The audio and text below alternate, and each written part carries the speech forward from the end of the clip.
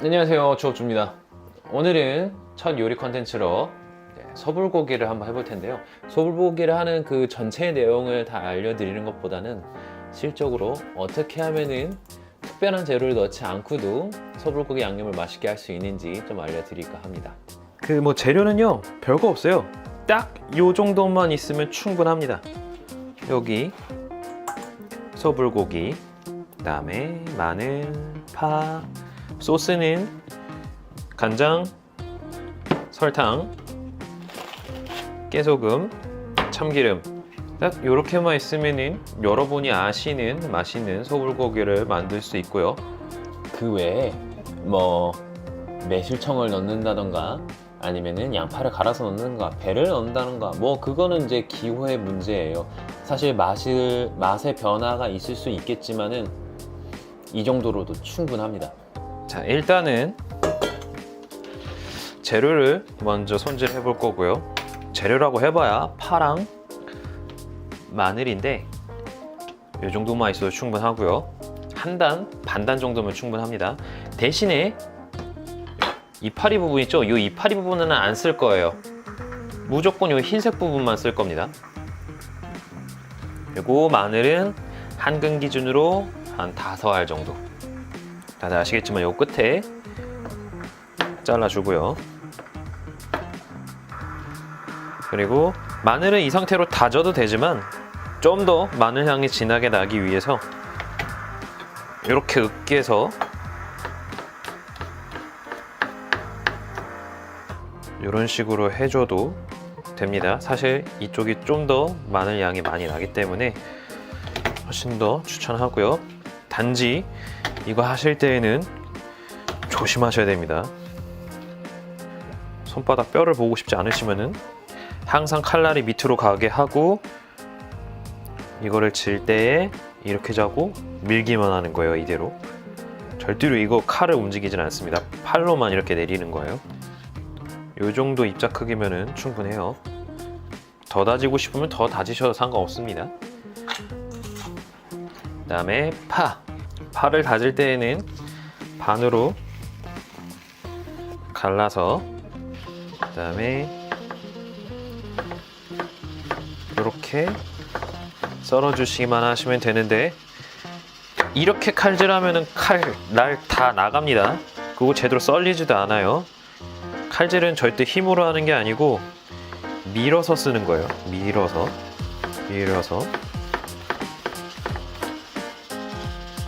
이제 설탕이랑 간장으로 고기 양에 따라서 소스의 양은 달라져야 되기 때문에 비율이 굉장히 중요해요. 그리고 항상 소스는 간을 보면서 하셔야 됩니다. 일단은 5스푼 넣을게요. 설탕도 하나, 둘, 셋, 넷.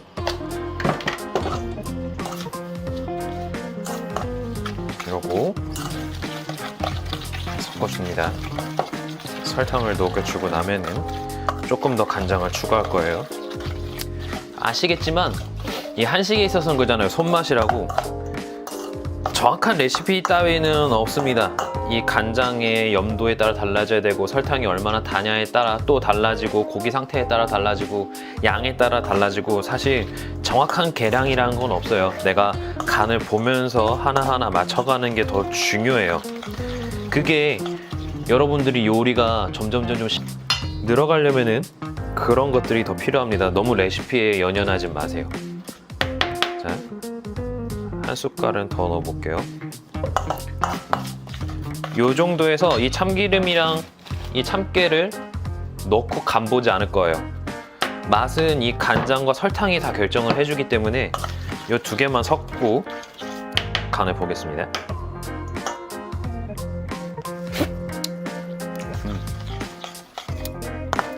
맛있어. 우리 카메라 감독한테도 줘보죠. 먹어봐. 내가 원하는 맛. 네, 이게 진짜 별거 없어요. 생각보다 소불고기 양념은 정말 기초에 충실한 게 최고 좋습니다. 여기에 양파 간 거 들어가면 좋겠죠. 그 다음에 뭐 배 갈아서 넣고 뭐 오만 거 많이 넣잖아요. 근데 그런 거 넣지 않더라도 충분히 요 두 개만으로도 맛을 충분하게 낼 수 있어요.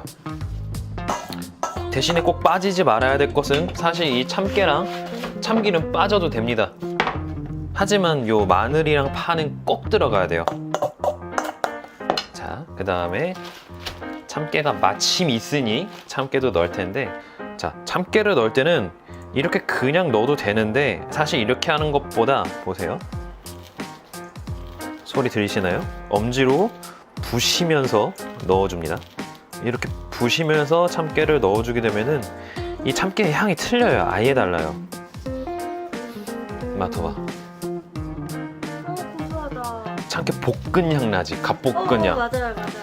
그냥 참깨를 넣었을 때는 참깨 향이 나지 않지만 이렇게 부셔서 넣으면은 훨씬 더 고소의 향이 증가합니다.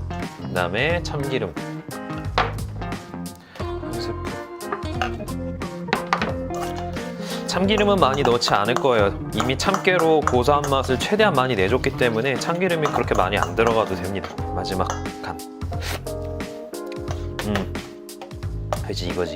이렇게 하면 아예 다른 조미료 필요 없습니다. 나중에 소불고기 양념이지만은 이걸 어디다 응용하느냐, 이건 아주 기본적인 소스예요. 이것만으로 충분한데 이걸 또 어디에 쓰느냐, 소갈비찜 하실 때 써도 되고요.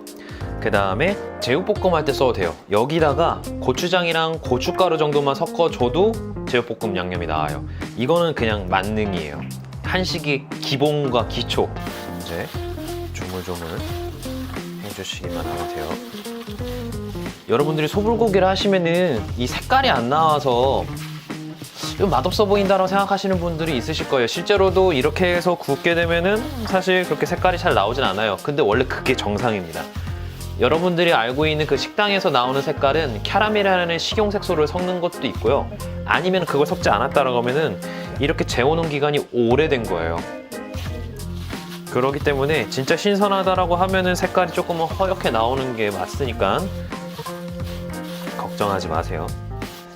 자, 이러면 소불고기가 완성이 됐습니다.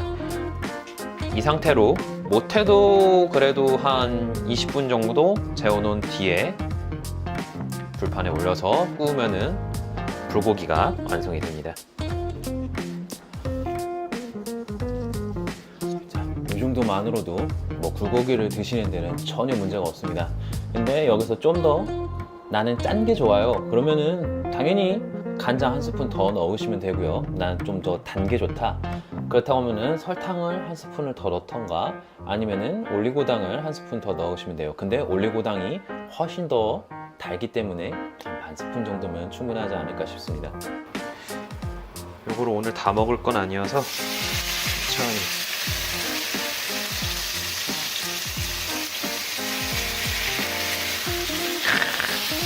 이 소리죠, 이 소리.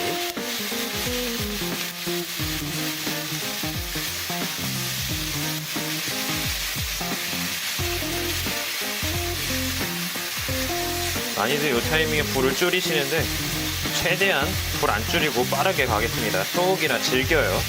그게 포인트예요. 타지 않게 계속적으로 흔들어 주세요. 불이 세기 때문에. 간단하죠. 정리를 하자면은 제가 오늘 알려드린 소불고기 양념을 기본으로 해서 웬만한 한식에 다 전복을 시킬 수 있고 다른 소스에다 넣으실 수도 있고요. 여러분도 뭐 제가 마지막에 넣었던 야채나 그 다음에 이제 버섯 같은 경우에는 안 넣어도 무방합니다. 그러니까 기호에 맞춰서 넣고 싶은 걸 넣으시면 돼요. 그러면은 저는 이제 밥을 먹으러 가겠고 다음에 영상에서 찾아뵙도록 하겠습니다.